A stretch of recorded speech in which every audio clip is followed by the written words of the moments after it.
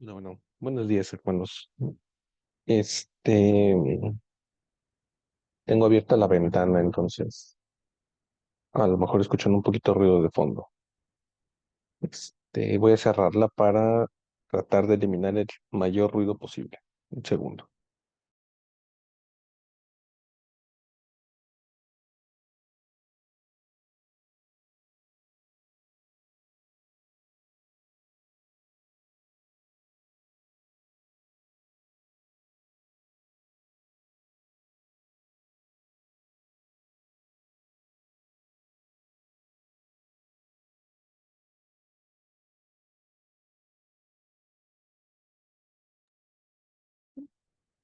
Listo. Espero no se escuche tanto ruido ahora. Buenos días, hermanos. Creo que en general, va a haber algunos hermanos que van a estar un poquito ocupados, entonces no van a poder estar tan al pendiente. Así que no se preocupen. De todos modos, la grabación se las voy a mandar para que puedan repasar la clase a los que no tengan la oportunidad como de estar tan al pendiente. Bien, hola hermano Jesús, ¿cómo está?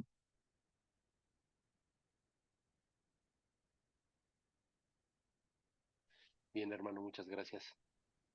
Reincorporándome.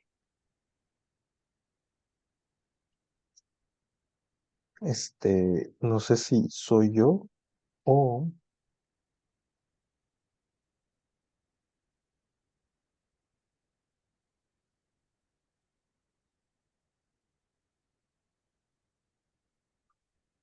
¿usted me escucha, hermano?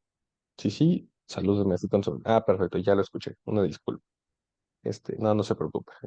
Un saludo. No lo había visto por aquí, no había tenido el privilegio, pero bienvenido. Gracias. Y este espacio es para usted también. Bueno, vamos a empezar para mm, ir avanzando. Ok, estamos estudiando el catecismo de Westminster.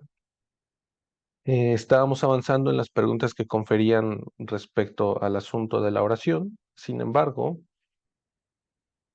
decidimos tomar el espacio también para poder repasar aquellas preguntas que hablaban respecto a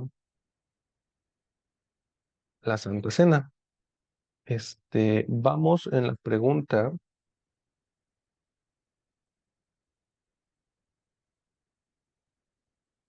171. La pregunta dice de la siguiente manera: ¿cómo deben prepararse los que reciben el sacramento de la Cena del Señor? ¿Ok? Y aquí van a empezar las cosas un poquito difíciles, mis amados hermanos. Un poquito complicadas por lo siguiente.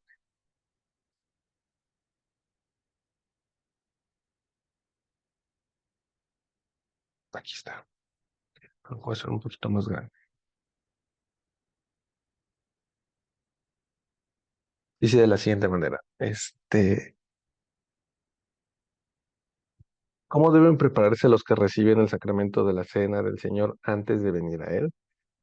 La respuesta dice: aquellos que reciben el sacramento de la Cena del Señor deben prepararse antes de venir a Él por un examen de sí mismos.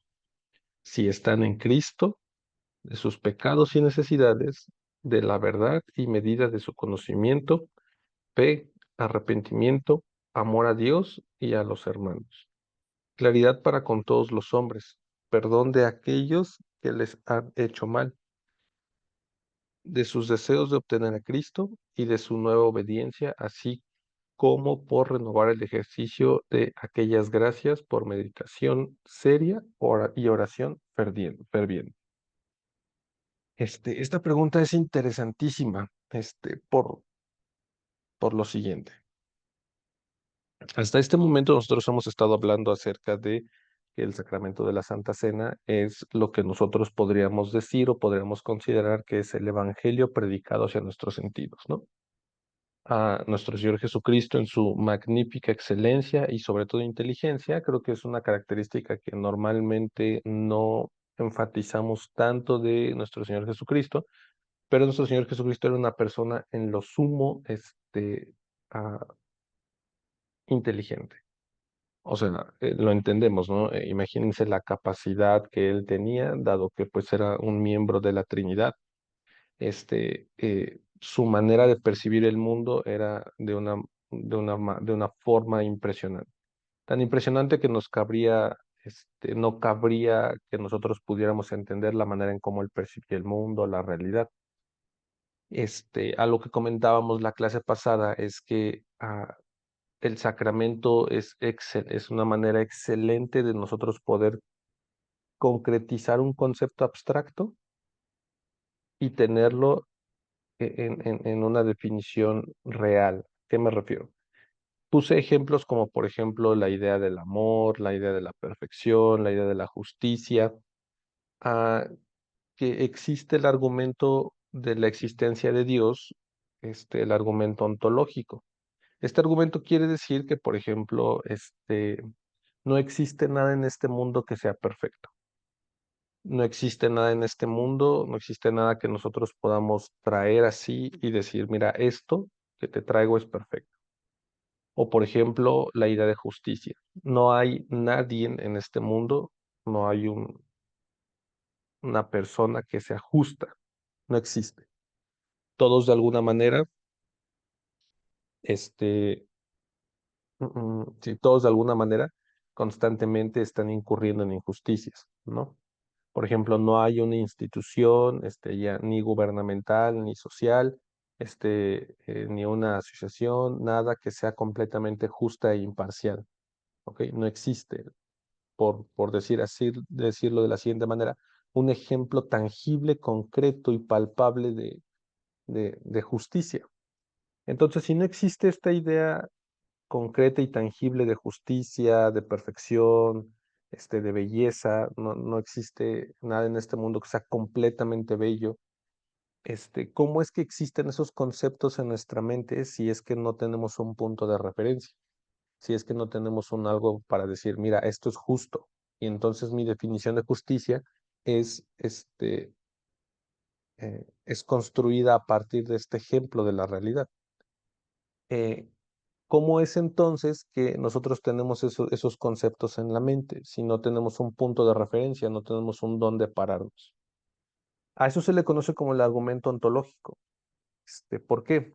Porque existen dos posibilidades. Que nosotros hayamos inventado esos conceptos a raíz de nuestras necesidades o que existiera un algo, un ente superior que tuviera todas esas características que nosotros sabemos, pero que no tenemos un punto de referencia, y que ese algo pusiera esos conceptos en nuestra mente. A eso se le conoce como el argumento ontológico. ¿Por qué? Porque nosotros nos afiliamos directamente a la idea de que Dios es el que es el sumo perfecto, es completamente justo, es la definición de belleza, de bondad, y todos aquellos conceptos abstractos que existen en nuestra mente, como por ejemplo el amor. Cada vez que nosotros preguntamos, decimos qué es el amor o cómo es el amor, nosotros divagamos y decimos es que el amor es como que así, pero no es tan así. ¿Por qué? Porque no tenemos un punto de referencia para decir, mira, esto es el amor, esto no es el amor. El amor, obviamente, nosotros constantemente estamos tratando de definirlo de manera concreta, nos es complicado, nos es difícil. ¿Por qué? Porque es un concepto abstracto, que no podemos traer un objeto y decir esto es amor. Entonces, esos conceptos abstractos, nuevamente los tenemos porque el punto de referencia que tenemos es un ser superior que puso esos conceptos en nuestra mente. Es por eso que nosotros podemos pensar en amor, podemos pensar en justicia, podemos pensar en perfección, podemos pensar en belleza.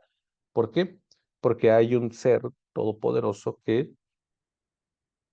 transmite esos conocimientos a nuestra mente.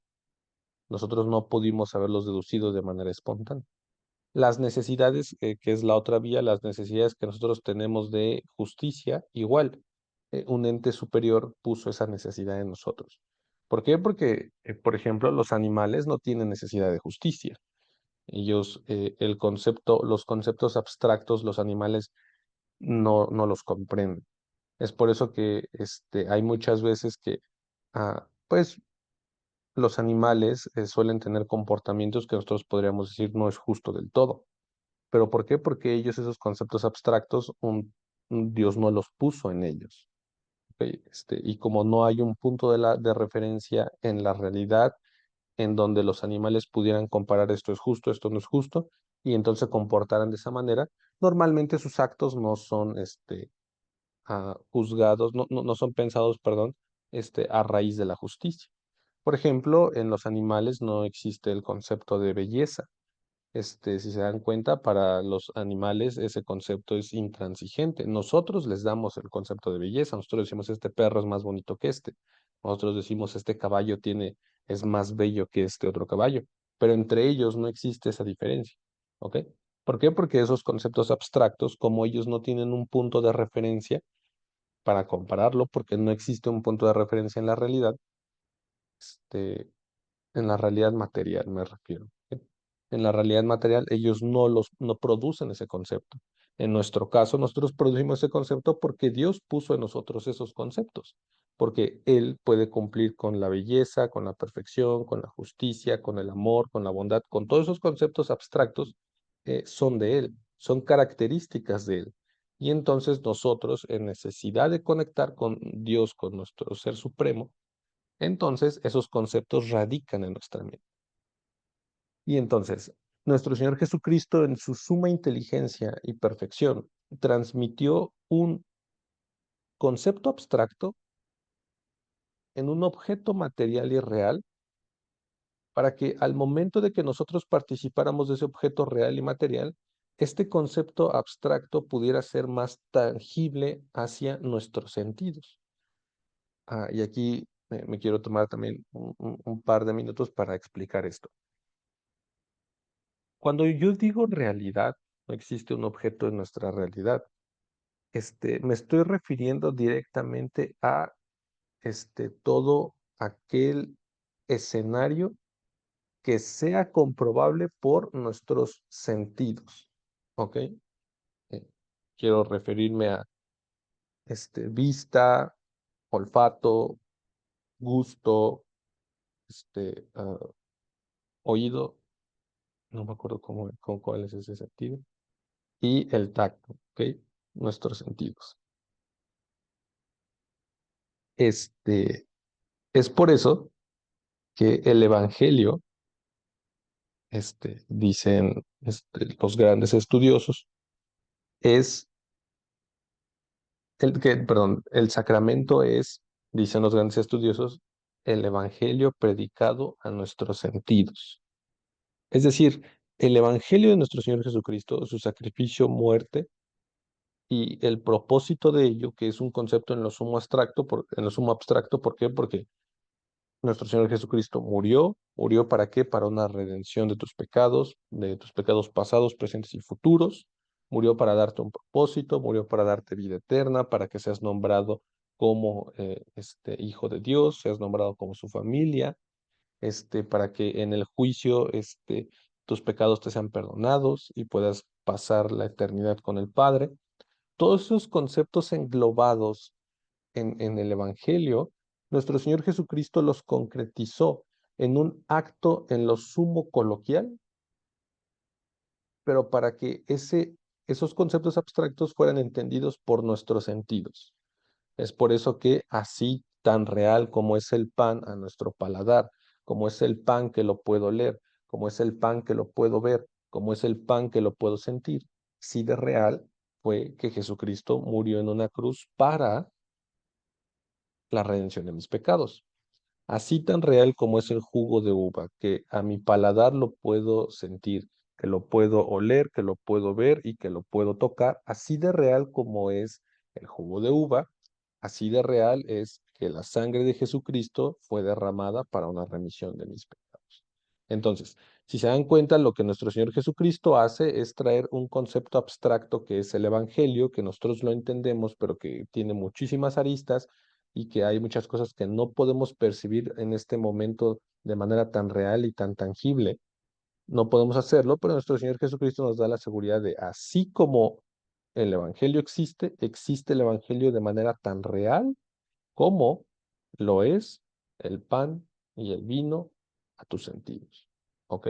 Entonces, lo importante, otra vez, como estuvimos comentando clases pasadas, es mucho esta relación entre conceptos abstractos y conceptos tangibles y objetos que están en la realidad, en nuestra realidad tangible. Con tangible me refiero a nuestra realidad que podemos tocar con nuestros sentidos, que podemos percibir con nuestros sentidos. ¿Ok?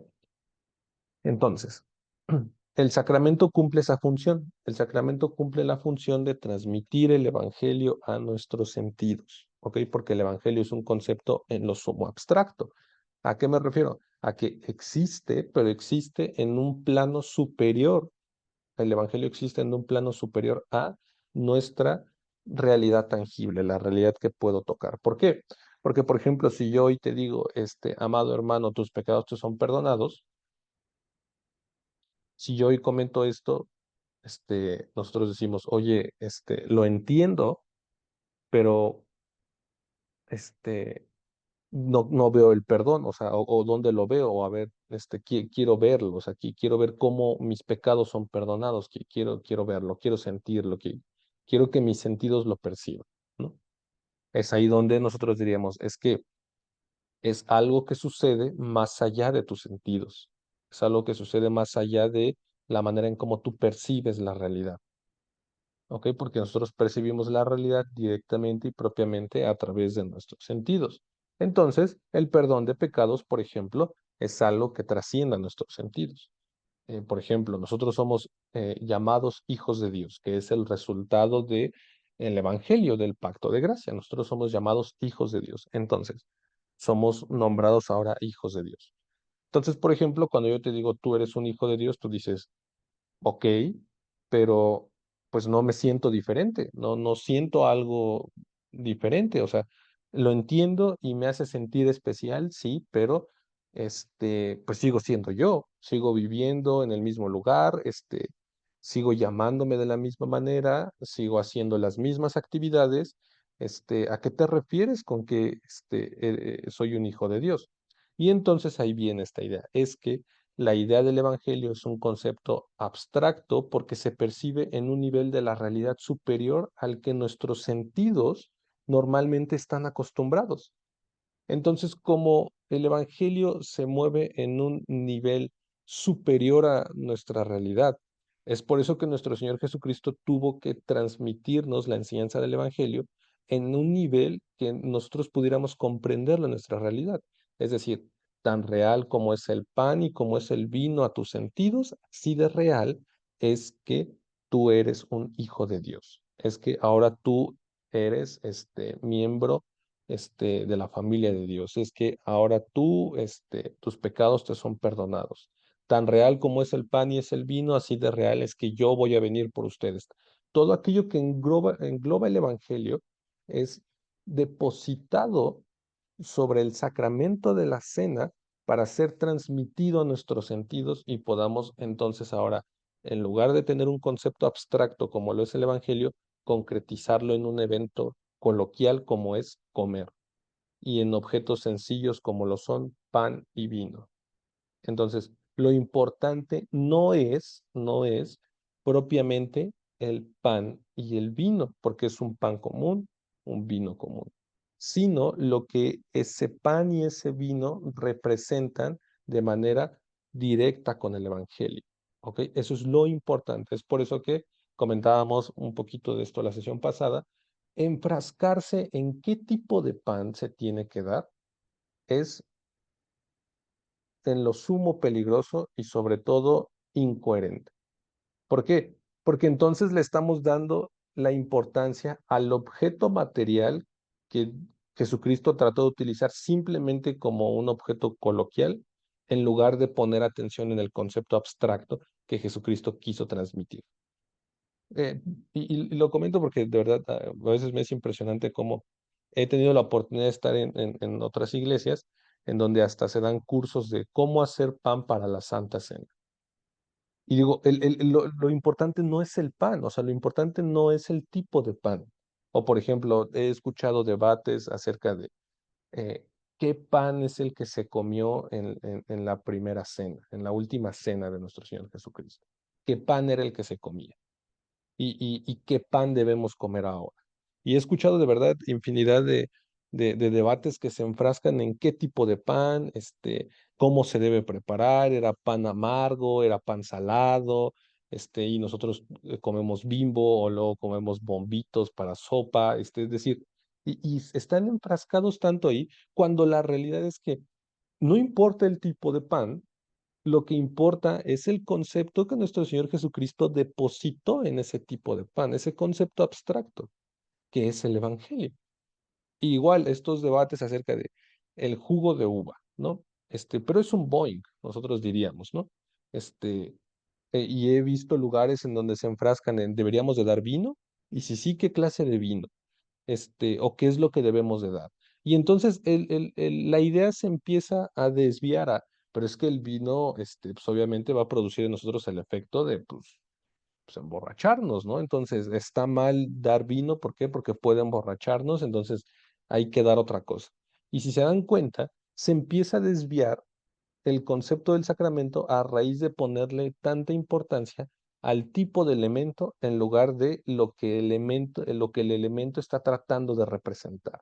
Y lo que el elemento está tratando de representar es propiamente el evangelio predicado a nuestros sentidos.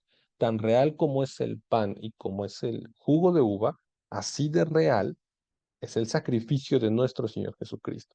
Cada vez que tú pienses de, ¿y si habrá pasado?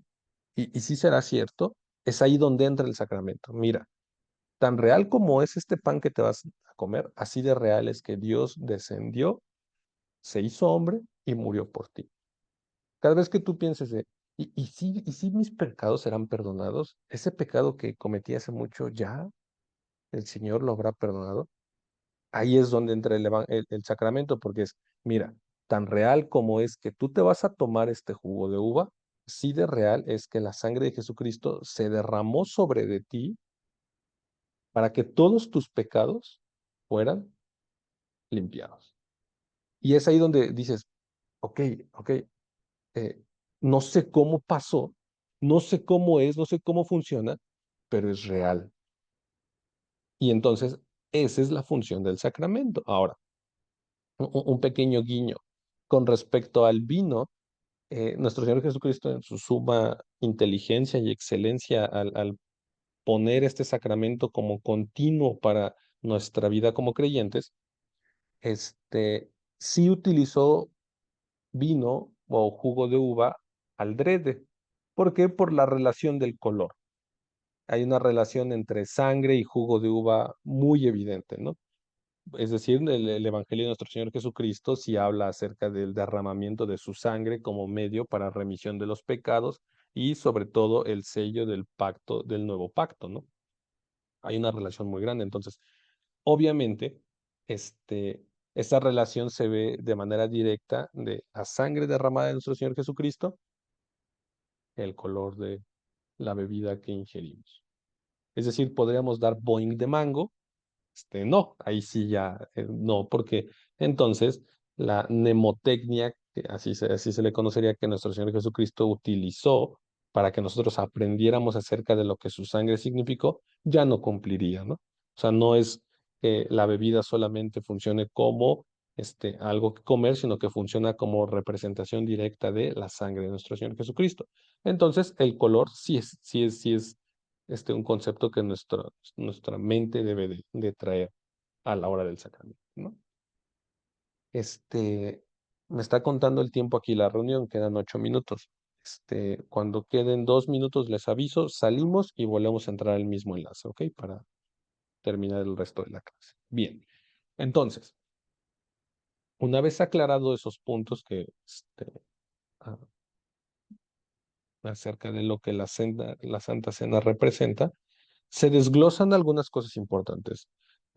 Uno, Es por eso que la cena del Señor debe ser constantemente tomada por el cuerpo de Cristo.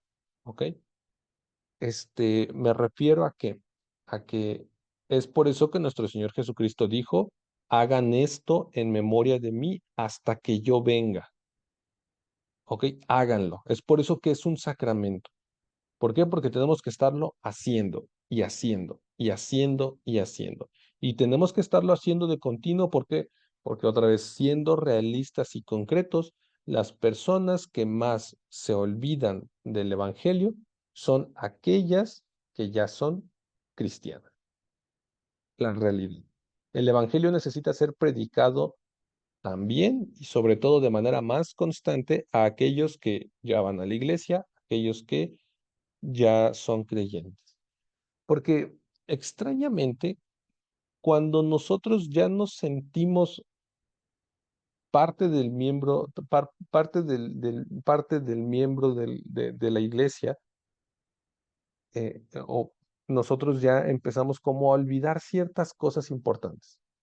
Es decir, esto de Jesucristo murió por tus pecados, nosotros solemos decir, sí, eso ya lo sé, quiero saber otra cosa. O empezamos a minimizar lo que el Evangelio representa y empezamos a creer que el Evangelio tiene que ser predicado ¿a quién? A los nuevos, a los que no son creyentes todavía, para que sean creyentes. Y yo como ya lo sé, el Evangelio ya no tiene que ser predicado para mí. Y eso es una mentira.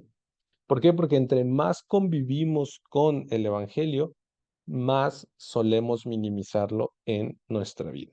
Es por eso que se da este efecto de que los nuevos creyentes, los que recién conocen el Evangelio, se vuelven muy activos y quieren hacer y empiezan a participar mucho, se vuelven muy activos porque recién acaban de tener contacto con el Evangelio. Pero conforme va pasando su estancia en la iglesia, escuchando el Evangelio, en las predicaciones, suelen perder ese fervor. ¿Por qué? Porque el Evangelio entonces lo adoptan, al adoptarlo lo vuelven parte de sí y después ¿qué hacen? Como ropa vieja, se lo quitan y lo guardan y dicen, yo ya lo tengo, el Evangelio ya está ahí, yo ya lo recibí, yo ya lo viví, yo ya lo he experimentado.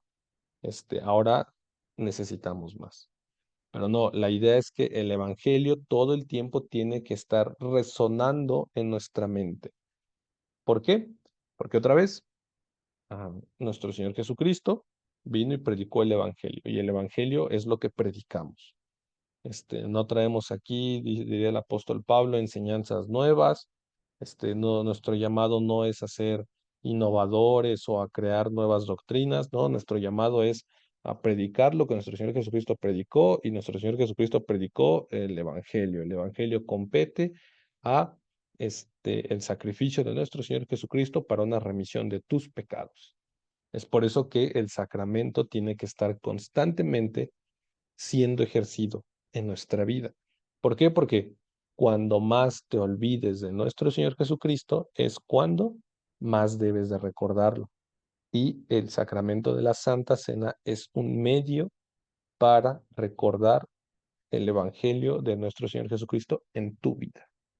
Es por eso que constantemente tenemos que estar tengo que recordar el Evangelio, tengo que recordar lo que hizo Jesucristo por mí. Y en ese recordar lo que hizo Jesucristo por mí es recordar quién fui, quién he sido, qué he hecho, pero qué es lo que Jesucristo hizo por mí. Y entonces ahí es en esa concepción, en esa humildad, en ese deseo de seguir amando a Jesucristo y volverlo a amar más, es, ah, yo hice estas faltas, tú hiciste esto por mí. Confío en que así es y participas del sacramento. Es por eso que hay referencias del sacramento, por ejemplo, en Lucas, que es de la última cena del Señor, que me gustan mucho, porque tiene ciertas cláusulas importantes e interesantes que a veces no enfatizamos tanto, como por ejemplo en la cena que se imparte cuando es narrada en Lucas, Lucas capítulo 22. Nuestro Señor Jesucristo le dice a los apóstoles, cuánto he deseado comer con vosotros esta Pascua antes que padezca. Esa cláusula me parece importantísima porque cada vez que tú pienses en tomar el sacramento, piensa que esas palabras son para ti. O sea, que Jesucristo está diciendo, cuánto he deseado comer esta cena contigo. De verdad, la mesa del Señor, el sacramento de la cena es impresionante porque, o sea, Dios está esperando estar ahí contigo. Y ahora, en el mismo Lucas dice, porque os digo que no comeré más del fruto de la vid hasta que se cumpla en el reino. Y otra vez, eso es impresionante porque imagínense, Jesucristo está sentado a la mesa esperándote.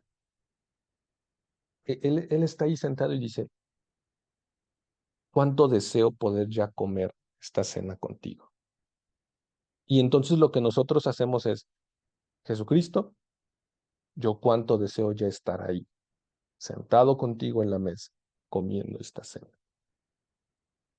Y esa es otra conexión que tiene la cena en relación al Evangelio, que un día, esta cena que nosotros tomamos los domingos, este sacramento que nosotros tomamos los domingos, un día lo tomaremos sentados en la mesa con nuestro Señor Jesucristo. Estaremos ahí sentados y Jesucristo estará ahí. Y créanme, estas palabras que retumban en nuestra mente de cuánto he deseado comer con vosotros esta cena, se harán realidad porque Jesucristo estará ahí con los brazos abiertos y dirá, te estuve esperando por mucho tiempo para tomar esto contigo. Porque Él nunca más lo va a volver a tomar hasta que no sea con nosotros en el reino. Queda menos de un minuto, mis amados hermanos. Voy a cerrar la sesión, pero regresamos en el mismo enlace que se mandó al grupo, ¿ok? Regresamos, mis amados hermanos.